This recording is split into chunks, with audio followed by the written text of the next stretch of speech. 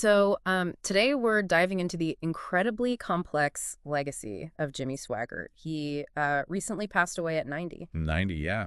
Quite a long life. Definitely. And for decades, I mean, he was just this undeniable force in American televangelism. Absolutely. A prominent gospel singer, too, and a Pentecostal preacher. Yeah. Huge figure. You really can't overstate his influence, you know? His sermons were so powerful, very charismatic. Mm-hmm.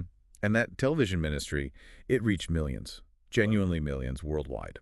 But it's not just a story of massive success, is it? It's also deeply marked by controversy, by public failure. Right. It's a very stark contrast. Okay, so let's unpack this complex legacy today. Expert, our sources for this deep dive, they really seem to highlight that striking duality, don't they? They absolutely do. Yeah. When you look at the material we've gathered, it's clear Swaggart's life really represents both the heights of religious influence and the depths of personal and public failure. That's a direct way it's often framed.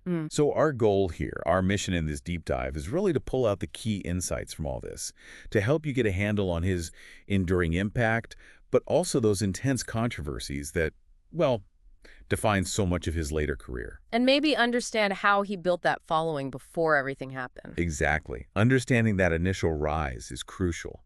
Because his career, I mean, it had this incredible arc, almost meteoric, really. It really did. In the 1980s, he was just at the absolute peak. His Sunday broadcasts, they weren't just sermons. No, not at all. They were full-on productions. Right. With his gospel singing, which was renowned, and these really impassioned calls for spiritual revival, he was kind of a media pioneer. He really was. Connecting with this vast audience, people looking for spiritual uplift, that sense of community, right in their living rooms. Yeah. And his church in Baton Rouge had these enormous, devoted followings. But then, like we hinted, things took a dramatic turn, very public. Indeed.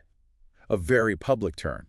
If we connect this to the sources, the real turning points came with his involvement in multiple sex scandals. Right, involving prostitutes. Yes. The first big one was 1988. Then there was another situation in 1991. And these weren't minor incidents. They sent shockwaves, didn't they? Oh, absolutely. Huge shockwaves. Not just for his career, but through the whole televangelist community. It really shook public trust in religious leaders quite significantly. Many people probably still remember that incredibly tearful televised confession back in '88. Unforgettable for many. Yeah. And the consequences were profound. He was subsequently defrocked by the Assemblies of God. Which means basically stripped of his official credentials by his own denomination. Exactly. A very serious step. And yet, despite being defrocked, despite all the public shame, the scrutiny, he kept going. He did, which is maybe one of the most surprising parts of the story. He continued preaching, running his ministry there in Baton Rouge, Louisiana, and remarkably supported by this incredibly loyal base of followers who just never left him. They stayed.